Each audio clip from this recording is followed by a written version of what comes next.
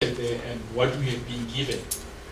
And the reason for that is even that slide, the Alliance Summit on the NDP, it doesn't reflect here. And in fact, if you go back a little bit to where there are some figures, there's a table there that reflects some figures. If you can go back, I think that one says economic whatsoever, and then this one says employment. If maybe it's not an oversight from my side.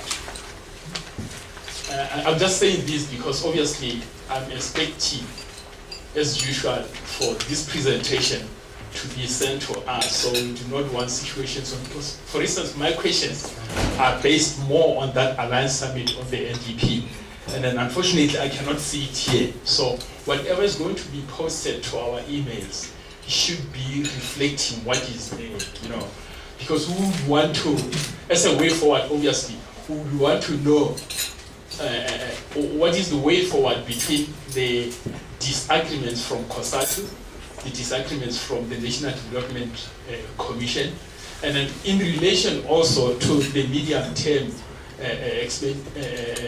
treasury policy, the one that we have just mentioned, and how are those disparities are going to be addressed as a way forward. So just check that. Thank you. So that ends that round of questions, Samir. Yeah. I think some very useful questions and comments, really. I think Tim is really more making a comment, which I completely agree with, that it's really it's a development plan. So the question is, what's the development model? And so you're correct, the presentation is framed within that understanding, and maybe the next one will bring it more up front. I think that's a very good suggestion. But the reason they haven't declared their ideological vision of development is deliberate. When I went through all the problems in understanding the NDP, I indicated that there's a deliberate obfuscation of a range of issues, which then relates to Kelly's question of a decent life. Because in the Alliance Summit resolution,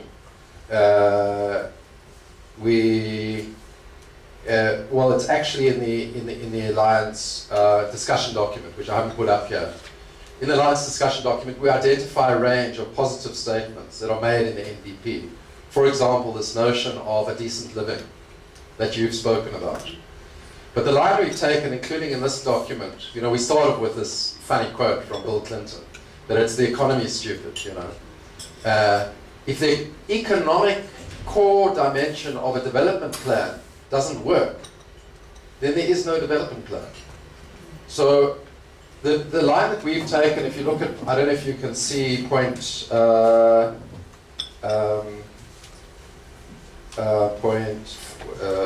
5, we agree that the NDP is good in parts but needs strengthening in others. There are some useful proposals, some areas that need more work, and other parts that are weak or problematic. So there's an acknowledgement, as I said, that there are some positive elements, but how can you have a decent standard of living when the entire economic model and the development model is based on a conception of not only the existing low-wage work, but repressing the living standards, as the farm worker survey, which I spoke about earlier, indicated. Those low-paid workers are battling; their families are battling to eat enough to have adequate nutrition. What decent standard of living are they going to have? Regardless of whether there's free health, free education, you can't eat education. So we acknowledge that the concept, the notion of an integrated approach to a decent standard of living is a good one. However, we argue that the NDP proposals completely push in the opposite direction, and what we're trying to do is precisely what you're saying. It's trying to ring fence those areas which are most problematic, identify areas which are positive and areas that need more work, and then say, let's engage. And we're in the preliminary process of engagement. The Alliance Task Team has been set up.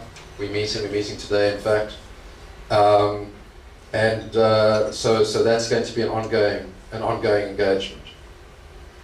Khadebe, since he's in favor of the NDP, because we've got a framework for going forward and allows for breakfasts like this where we can have these good discussions. It's like a Monty Python sort of skit, you know. I don't know if people know Monty Python or Oscar Wilde or one of these guys, you know, saying the only thing worse than not having a plan is having a terrible plan. You know, this isn't just some document. This is a document that is supposed to bind us for the next, you know, 20 years. So how can we just casually say, look, there's some problems in the document which are fundamental? It's good to have a plan. Let's just work around the plan. That's the line that's being pushed in public circles, and business and the DA and so on are saying this because, of course, they love the model in the plan. And therefore they say, look, you know, don't get too excited. We'll develop it as we go along, etc., etc.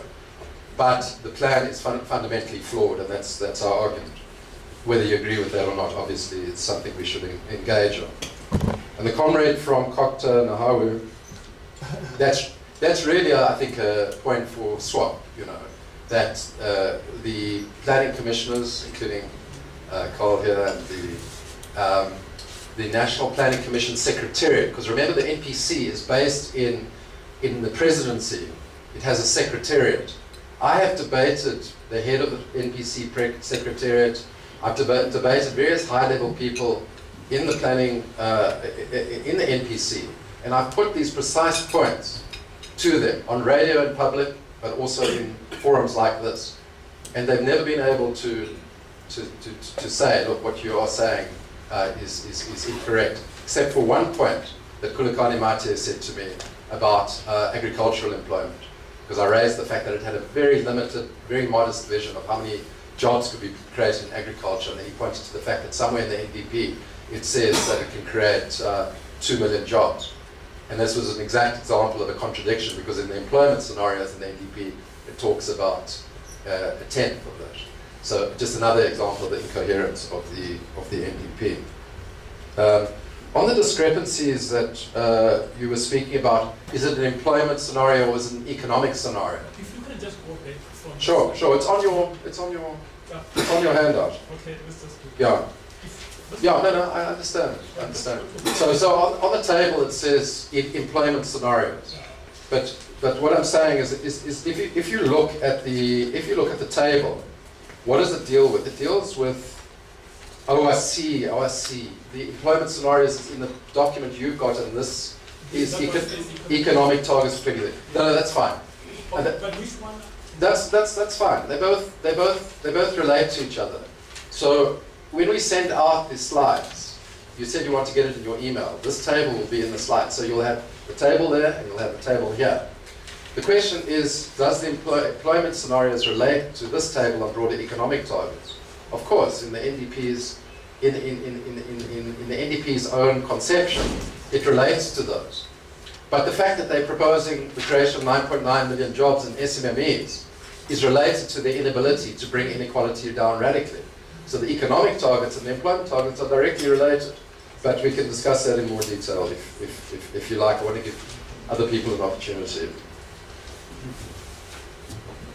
Thanks very much, Neil. So We've got time for another round of probably 4 or 5 comments and questions. We're going to start there, we're going to go to there, and then we'll go to there, and then we'll go to there. Okay.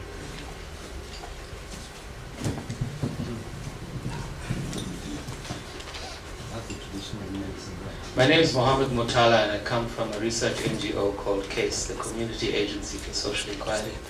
Neil, you mentioned that, globally, that there's a recognition that capitalism hasn't worked, and that even the World Bank, the IMF, and all of those bodies are putting forward different kind of proposals, and you don't see that in the NDP. But I want to put it to you that equally, the social movements globally, things like the Occupy movement, things that are happening in poorer European countries, those have also not been able to fundamentally alter like a capitalist government and a capitalist trajectory in the kind of policies that's being followed. So I was wanting to know that from COSATU and within COSATU, what are the strategic aspects or elements or steps in terms of working with organized workers and labor that progressive people in this country can actually support, that this is your strategy, this is what COSATU is doing to take, to actually change some of this. Because yes, your relationship with the alliance, it's clear that you're not making enough impact in changing the views of the ANC and the alliance at that political level. So perhaps it's in the organizing and the campaigns that we can support, because I think there's general consensus that this NDP is a neoliberal framework, and it has all the problems. It's not going to address inequality and the problems we have in the country. Thanks.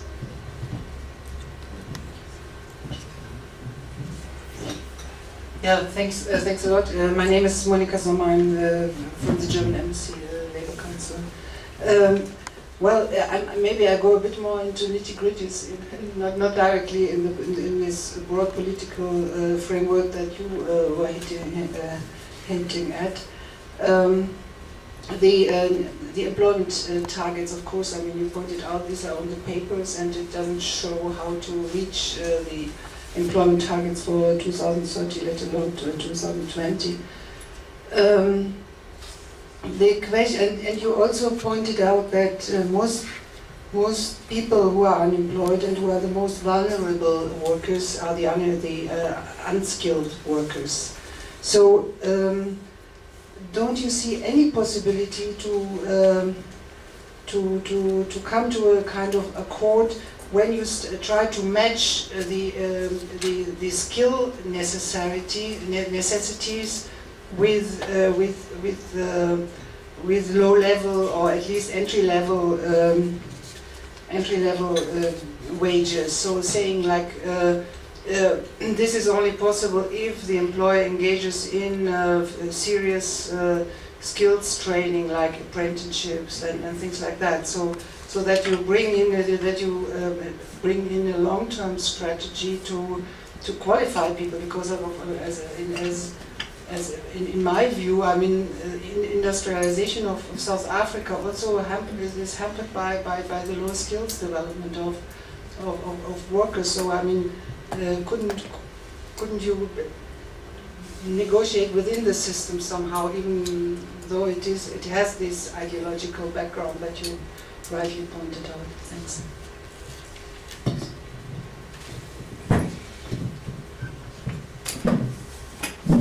I'm Jane Barrett, also from COSATU.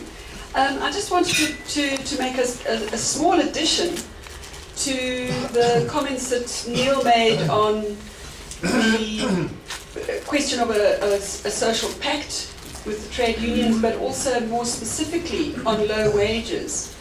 Because it may be that in an audience of largely middle-class earners, that people may not be familiar with exactly what we're talking about when we talk about low pay.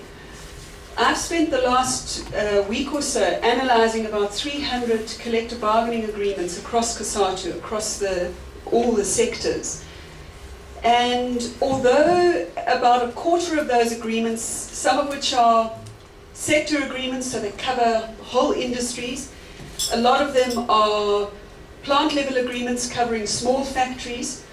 About a quarter of those agreements, the unions have actually succeeded in implementing a policy decision of COSATU, which is to actively try and close the wage gaps within the labour force. In other words, to bump up the entry wages. About a quarter of those have succeeded in doing that.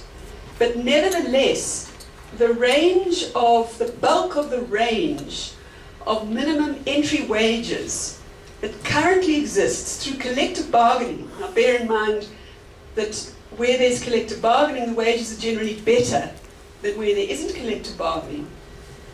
The range is from, the lowest is 10 Rand an hour, and in some of the industries, the minimum is in the 20 Rands, but the bulk of the minimums lie between 10 Rand and 16 Rand an hour. Now, if you do the calculation on a 45-hour week, you're talking about an income of 10 Rand an hour of 1,900 Rand a month. If you're talking of 15 Rand an hour, which is roughly what a cleaner would get, or a shop worker, you're talking of 2,900 Rand a month. That's for people who are supporting, as Neil correctly pointed out, a large number of dependents. So I just wanted to put that into perspective. You then bring in the NDP, which is talking about pushing for this lower entry, reducing the entry level. So you're talking about, for example, 75%, 10 Rand an hour. That's 7 Rand 50 an hour. And you can see how basically, not only are workers currently, large numbers of workers are currently earning to stay in poverty, but this strategy will push them deeper into levels of poverty.